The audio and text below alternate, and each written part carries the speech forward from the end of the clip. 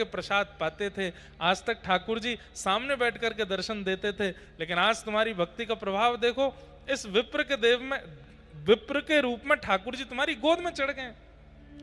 पत्नी भी हंसने लगी। आप लोग सुनिएगा नहीं, इमेजिन करो ये आपके साथ हो तो आप क्या करोगे।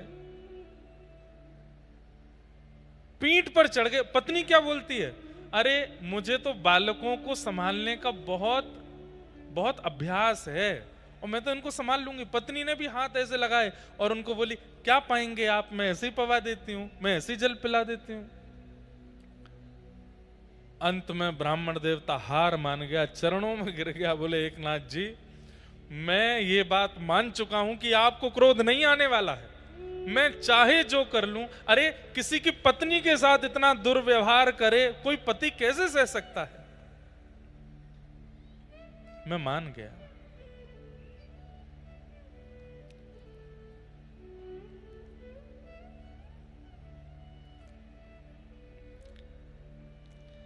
असली बात यह है कि मेरी बेटी का विवाह है और मुझे पैठण के ब्राह्मणों ने कहा कि मैं आपको गुस्सा दिलाऊंगा तो वो सब मेरी बेटी के ब्याह के लिए जो धन राशि है मुझे देंगे, इसलिए बस मैं आपको गुस्सा दिलाने आया, मेरा आपसे कोई बैर नहीं है।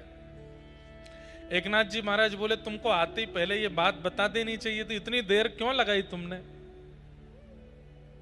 कोई ब्राह्मण से धन लेने की आवश्यकता नहीं है, तुम्हारी बेटी का विवाह पंडरीनाथ भगवान करेंगे, सब व्यवस्था होगी, चिंता मत करो। और श्री एकनाथ जी महाराज ने ठाकुर जी से प्रार्थना की, कहां से व्यवस्था हो गई और उस ब्राह्मण की पुत्री का अद्भुत विवाह हुआ, ठाकुर जी ने विवाह कराया। क्रोध नहीं। कहीं ना कहीं भगवत प्राप्त व्यक्ति ऐसा हो जाता है, उसको फर्क नहीं पड़ता, फिर चाहे जो हो जाए उसके साथ वो प्रसन्न ही रहता है, वो आनंद में ही रहता है, वो सुखी ही रहता है। मुझे और आपको यदि छोटी छोटी बातों पर क्रोध आना, काम होना, कभी मन ललचाना, ईर्ष्या होना, मोह होना, ये सब स्वभाव में अगर प्रकट हो रहा है तो इस बात को मान लीजिए कि ठाकुर जी बहुत दूर हैं अभी आपसे।